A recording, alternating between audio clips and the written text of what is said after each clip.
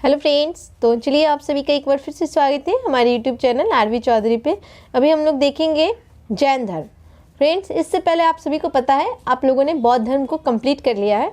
तो बौद्ध धर्म कंप्लीट होने के बाद हम लोग देखेंगे जैन धर्म। जैसा कि आपको क्वेश्चन दिख रहा होगा आपकी स्क्रीन पे, क्वेश्चन है जैन धर्म के संस्थापक, और यहाँ दिख रहा होगा कि ये आपका जो पेपर है कहाँ पूछा गया है, तो यूपी पीसीएस मेंस में। तो ये जो भी हम करते हैं वो हमारे कोई भी स्टेट लेवल का पीसीएस होता है या फिर एसआई, तो उससे पूछे गए क्वेश्चंस होते हैं जो कि बिल्कुल वीवीआई होते हैं। और अगर इसका जैन धर्म का आप लोगों ने सीट लगा लिया तो फिर कोई भी ऐसा क्वेश्चन नहीं रह जाएगा जो आपसे ना बन पाए। आपके बहुत सारे कॉन्सेप्ट्स क्लियर हो जाते हैं। चलिए, तो हमें ज़रूर कमेंट बॉक्स में आप लोग कमेंट करके बताइएगा कि आपको ये सेशंस कैसा लगा, आपके लिए हेल्पफुल है या नहीं। तो हम आपको इस तरह के वीडियो प्रोवाइड करते रहेंगे। तो चलिए स्टार्ट करते हैं आज का फर्स्ट क्वेश्चन। क्वेश्चन नंबर 1 है जैन धर्म के संस्थापक। तो ये कौन है? यहाँ पे राइट आंसर हो जाएगा ऋषभदेव। ऋषभदेव जो है ये जैन धर्म के संस्थापक माने जाते हैं। तो जैसा कि आपको पता होगा, जिन्हें हम लोग प्रथम तीर्थकर भी कहते हैं, ऋषभदेव या आदिनाथ भी माने जाते हैं। कहीं कहीं पे आदिनाथ भी बोला जाता है। ओके फ्रेंड्स, तो ये याद रखिएगा। और 6ठी शताब्दी ईसा पूर्व में जैन धर्म का प्रचार प्रसार हुआ था, तो ये भी इम्पॉर्टेंट है। चलिए नेक्स्ट क्वेश्चन देखते हैं। क्वेश्चन नंबर 2, जैन धर्म के प्रथम तीर्थकर थे। तो अभी जैसा कि आप लोगों ने देखा, यहाँ पे राइट आंसर क्या हो जाएगा, तो ऋषभदेव जो थे वो जैन धर्म के प्रथम तीर्थकर थे। नेक्स्ट क्वेश्चन देखते हैं। जैन तीर्थकर पार्श्वनाथ निम्न स्थानों में मुख्यतः किससे संबंधित थे? तो ये जो आपके पार्श्वनाथ थे उनका बात करते हैं, तो ये किस स्थान से? तो ये बनारस जो है वहाँ से ये संबंधित थे। बात करते हैं तो ये कैवे तीर्थकर थे, तो ये थे आपके 23 नंबर के, ठीक है, यानी 23वें तीर्थकर थे पार्श्वनाथ। और इनका जन्म वाराणसी के राजा अश्वसेन के यहाँ हुआ था। ये राजा के घर में इनका जन्म हुआ था। अश्वसेन इनके पिता का नाम था और इनकी माता का नाम था बामा देवी। ओके फ्रेंड्स, ये सब इम्पॉर्टेंट है। और इनका चिन्ह जो था वो था आपका सर्प। ओके फ्रेंड्स, चलिए नेक्स्ट देखते हैं क्वेश्चन। यहाँ पे सूची 1 को सूची 2 से आपको मिलाना है, ठीक है। चलिए तो यहाँ पे मिलाते हैं हम लोग सूची 1 को सूची 2 से। तो पहला है आपका आदिनाथ। तो आदिनाथ का क्या हो जाएगा? तो यहाँ पे बिल्कुल आपका सही हो जाएगा वृषभ। नेक्स्ट है मल्लीनाथ, तो ये हो जाएगा आपका जल कलश। नेक्स्ट है आपका पार्श्वनाथ, तो अभी आप लोगों ने देखा था सर्प। और फिर है आपका शंभवनाथ, तो यहाँ पे हो जाएगा आपका अश्व। देखिए पार्श्वनाथ में व पे भी रेफ है, सर्प में भी प पे रेफ है, तो यहाँ से ये याद रहेगा। और यहाँ देखिए आदिनाथ वृषभ, मल्लीनाथ जल कलश, पार्श्वनाथ सर्प, शंभवनाथ अश्व। ओके फ्रेंड्स, चलिए नेक्स्ट देखते हैं। यहाँ पे आपका क्वेश्चन जो है बोला निम्नलिखित तीर्थकरों पर विचार कीजिए तथा उनको सही कालानुक्रम व्यवस्थित कीजिए। यहाँ पे आपको सही व्यवस्थित करना है। ओके फ्रेंड्स, तो चलिए देखते हैं कि सबसे पहले कौन आए थे। तो यहाँ पे सबसे पहले आए थे अभिनंदन। ओके फ्रेंड्स, यानी ये 1 नंबर पे जाएंगे। फिर आप बात करते हैं तो 2 नंबर में आए थे पद्म प्रभु।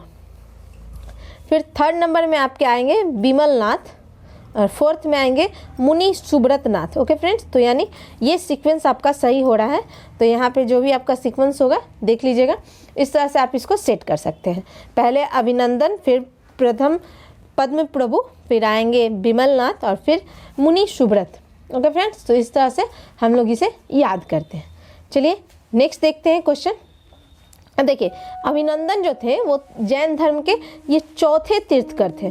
फिर आपका 2 नंबर पे पद्म प्रभु है, तो ये उसके बाद आएंगे। तो इस तरह से जैसे 24 तीर्थकर हुआ करते थे, तो उसमें इस तरह से ये आपका सीक्वेंस है।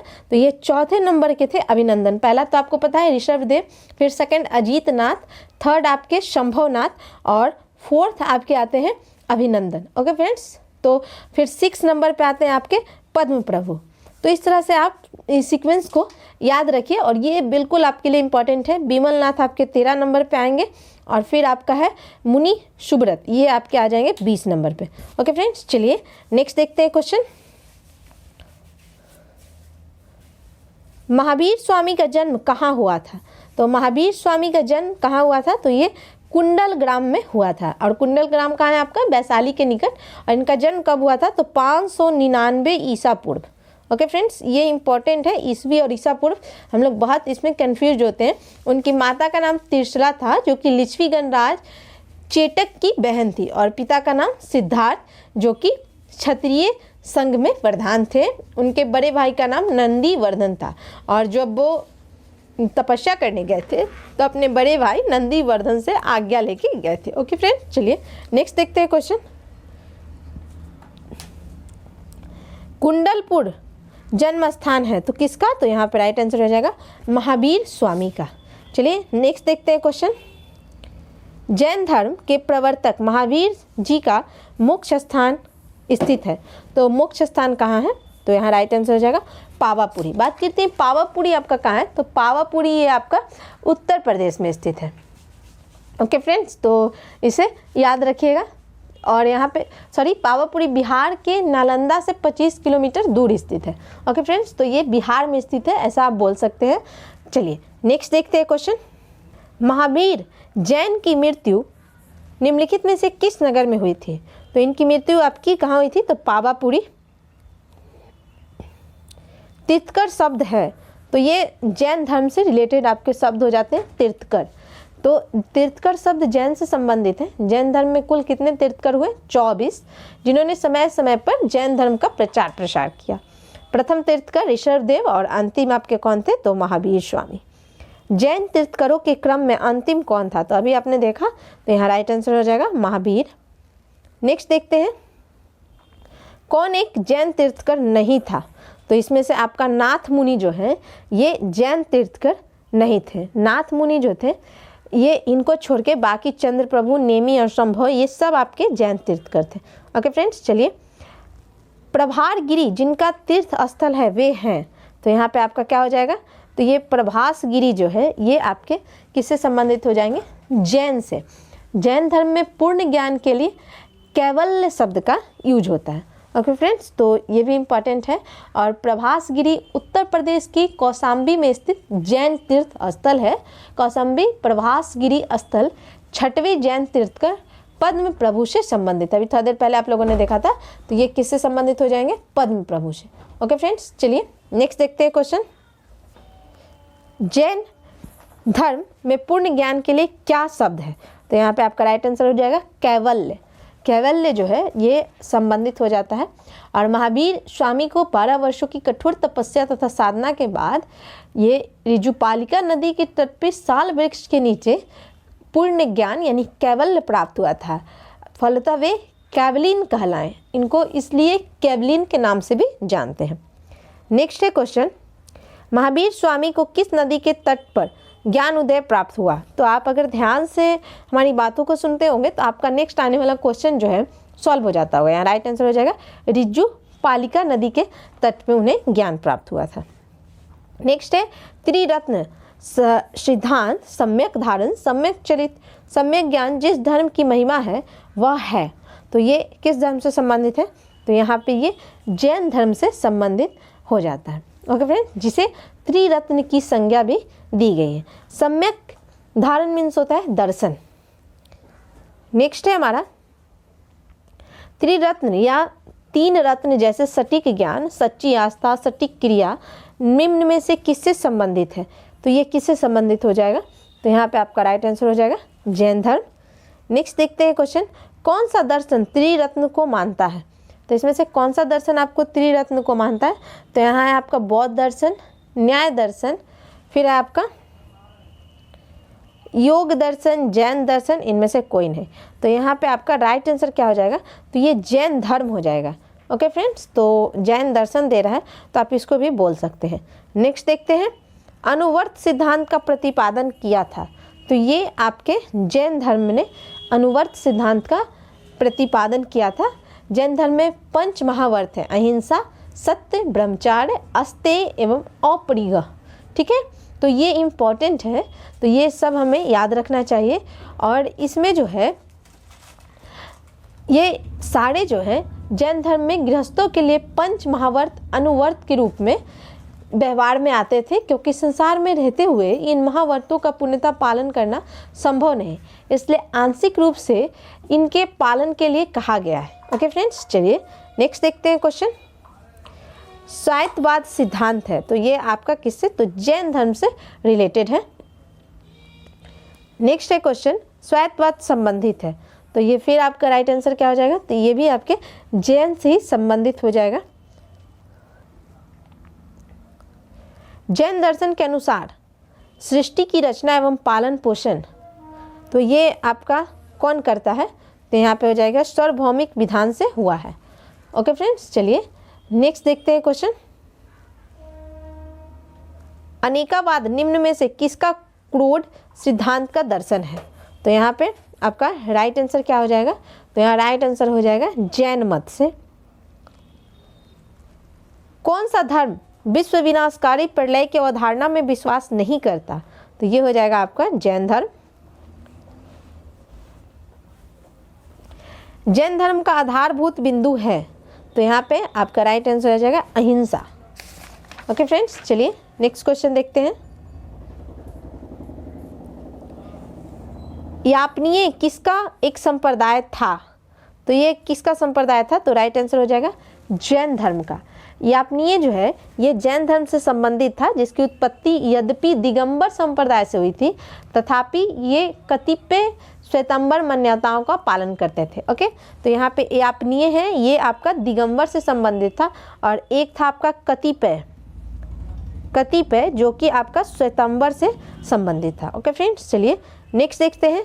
भारत की धार्मिक प्रथाओं के संदर्भ में स्थान कवासी संप्रदाय का संबंध किससे है, तो ये भी आपका जैन मत से ही संबंधित है, और ये किसमें, तो ये श्वेतांबर वाले में संबंधित है। याद रखना आसान है, देखिए स्थान कवासी आधा सौ आ रहा है और श्वेतांबर भी आधा सौ से लिखते हैं, तो वहाँ से आप इसे याद रख सकते हैं। ओके फ्रेंड्स, चलिए नेक्स्ट है, कौन सबसे पूर्वकालिक जैन ग्रंथ कहलाता है, तो यहाँ पे आपका हो जाएगा 14 पूर्व जो है ये प्राचीनतम जैन ग्रंथ है। अंतिम नंद राजा के समय में शभूति विजय तथा भद्रबाहु जैन संघ के अध्यक्ष थे, तथा ये महावीर द्वारा प्रदत्त 14 पूर्वों के विषय में जानने वाले अंतिम व्यक्ति भी थे। ओके फ्रेंड्स, तो यहाँ से याद रखिएगा। चलिए नेक्स्ट देखते हैं क्वेश्चन। प्रारंभिक जैन साहित्य निम्न में से किस भाषा में लिखे गए, तो यहाँ पे आपका राइट आंसर हो जाएगा अर्धमगही भाषा में लिखा गया है। नेक्स्ट है हमारा क्वेश्चन, निम्नलिखित में से कौन सा स्थल पार्श्वनाथ से संबद्ध होने के कारण जैन सिद्ध क्षेत्र माना जाता है, तो यहाँ पे आपका राइट आंसर हो जाएगा सम्मेद शिखर। ये आपका बनारस से संबंधित है, और ये इंपॉर्टेंट हो जाते हैं सम्मेद शिखर जो है पार्श्वनाथ से संबंधित।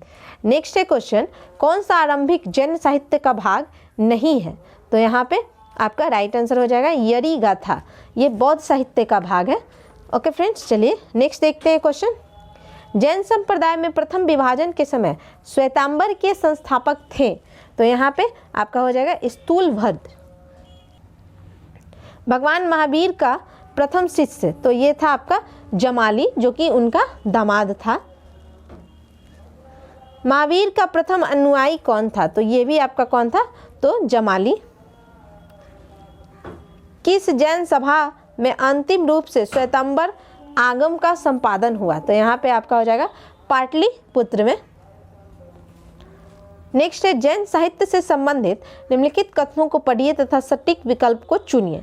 यहाँ पे आपके पास विकल्प है और इसको चुनना है। ओके फ्रेंड्स, कथन 1 है श्वेतांबर धर्म सूत्र में 12 अंग शामिल है, और कथन 2 आपका है श्वेतांबर परंपरा के अनुसार इन अंगों का संकलन बल्लवी में आयोजित एवं धर्म सभा में किया गया था।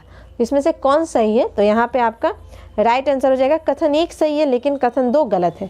यानी यहाँ पे जो है श्वेतांबर धर्म सूत्र में 12 अंग शामिल है, ये बिल्कुल आपका सही है। नेक्स्ट देखते हैं क्वेश्चन, यहाँ पे भी आपको विचार करना है। चलिए तो यहाँ देखते हैं, तो यहाँ राइट आंसर हो जाएगा 2 और 3, यानी गौतम बुद्ध की माता कौल्य राजवंश की राजकुमारी थी और 23वें तीर्थकर पार्श्वनाथ बनारस से थे, ये बिल्कुल सही है। वर्धमान महावीर की माता लिच्छवी मुख्य चेटक की पुत्री थी, तो ये आपका क्या हो जाएगा, तो ये जो है आपका गलत है, जबकि इनकी माता का नाम क्या था, त्रिशला था। ओके फ्रेंड्स, चलिए नेक्स्ट है, प्राचीन जैन धर्म के संबंध में निम्नलिखित कथनों में से कौन सा एक एक सही है। ओके फ्रेंड्स, तो यहाँ पे आपका कौन सही है ये बताना है। तो यहाँ पे आपका राइट आंसर हो जाएगा सी, प्रथम शतक ईसापुर में जैन धर्म के कलिंग के राजा खारवेल का समर्थन मिला था। ओके फ्रेंड्स, चलिए नेक्स्ट देखते हैं। यहाँ पे आपको फिर इसमें से पहचानना है कि कौन सा जो है सही है आपका। तो यहाँ आपके पास राइट आंसर क्या हो जाएगा, तो यहाँ राइट आंसर है 1 2 3 तीनों सही है। देखिए, कर्म को विषय करने का सुनिश्चित मार्ग तपश्चर्या है। प्रत्येक वस्तु में चाहे वह सूक्ष्मतम कण हो आत्मा होती है। कर्म आत्मा का विनाशक है और अवश्य इसका अंत करना चाहिए। ओके फ्रेंड्स, तो यानी 1 2 3 तीनों सही है। नेक्स्ट देखते हैं क्वेश्चन, समाधि मरण किस दर्शन से संबंधित है। तो ये आपका किस दर्शन से संबंधित है, राइट आंसर हो जाएगा आपका तो जैन धर्म से संबंधित है आपका समाधि मरण। नेक्स्ट, निम्नलिखित कथनों पे आपको विचार करना है। ओके फ्रेंड्स, तो यहाँ पे आपका जो राइट आंसर है वो है केवल 2। यहाँ पे पूर्वी भारत के पाल शासक बौद्ध मत के समर्थक थे, ये बिल्कुल आपका सही है। नेक्स्ट है हमारा, आजीवक संप्रदाय के संस्थापक कौन थे। तो ये थे आपके मखली गोशाल है। निम्नलिखित में से किसने प्रतिपादित किया कि भाग्य ही सब कुछ निर्धारित करता है, मनुष्य असमर्थ होता है। तो ये किसके द्वारा कहा गया था, तो आजीवकों ने ये बात कही थी। जैन संप्रदाय जो नियति की अटलता में विश्वास करता था, तो वो था आपका आजीवक। यहाँ पे आपको मिलान करना है 1 को 2 से। तो चलिए यहाँ पे देख लेते हैं, यहाँ पे आपका राइट आंसर क्या हो जाएगा। तो देखिए, लकुलिस है, तो यहाँ पे लकुलिस जो है वो आपका हो जाएगा पाशुपात। फिर आपका नागा अर्जुन जो कि शून्यवाद के संस्थापक थे। फिर आपका भद्रबाहु जो कि जैन धर्म से संबंधित है, और गोशाल आजीवक। तो यहाँ पे ये ही आपका इंपॉर्टेंट है, पाशुपत जो कि पहली बार सुने होंगे, लकुलिस, बाकी तीनों आप लोगों ने सुना होगा। ओके फ्रेंड्स, चलिए नेक्स्ट देखते हैं, बराबर की गुफाओं का उपयोग किसने आश्रय गृह के रूप में किया था। तो यहाँ पे आपका हो जाएगा आजीवकों ने। उत्तर प्रदेश में बौद्ध एवं जैनियों दोनों की प्रसिद्ध तीर्थ स्थल है। तो यहाँ पे हो जाएगा कौशाम्बी में। नेक्स्ट, निम्नलिखित में से कौन सा एक कथन सही नहीं है। तो इसमें से आपका क्या हो जाएगा, तो ये जो है गलत है। सरवन बेलगोला गोमतेश्वर की प्रतिमा जैनियों के अंतिम तीर्थंकर को दर्शाती है, ये आपका गलत है। देखिए, खजुराहो के मंदिर चंदेल राजाओं ने बनवाई, ये सही है। भारत का सबसे बड़ा बौद्ध मठ अरुणाचल प्रदेश में, ये भी सही है। होयलेश्वर मंदिर शिव को समर्पित है, ये भी बिल्कुल आपका सही है। नेक्स्ट देखते हैं क्वेश्चन, सरवन बेलगोला में गोमतेश्वर की विशाल प्रतिमा किसने स्थापित की। तो यहाँ पे आपका राइट आंसर हो जाएगा तो ये चामुंडा राय ने जो है इसकी प्रतिमा को स्थापित किया था। और नेक्स्ट क्वेश्चन है, और ये लास्ट है आप लोगों का, महान धार्मिक घटना महामस्तकाभिषेक निम्नलिखित में से किससे संबंधित है और किसके लिए। तो यहाँ पे आपका हो जाएगा ये आपका किसके लिए संबंधित है और किससे। तो यहाँ राइट आंसर हो जाएगा आपका बाहुबली से संबंधित है। ओके फ्रेंड्स, तो ये इंपॉर्टेंट जो भी क्वेश्चंस थे वो आपके कंप्लीट हो गए। और जो आपका गोमतेश्वर का मूर्ति है इसी को हम लोग बाहुबली बोलते हैं, जो कि 57 फीट ऊंची मूर्ति है। ये भी आप इंपॉर्टेंट है, याद रखिए। बाहुबली जो है गोमतेश्वर की मूर्ति 57 फीट आपका ऊंची है। ओके फ्रेंड्स, तो ये आपके पास 50 क्वेश्चंस थे जैन धर्म से रिलेटेड जो कंप्लीट हो गए। तो चलिए मिलते हैं नेक्स्ट वीडियो में, तब तक के लिए थैंक यू।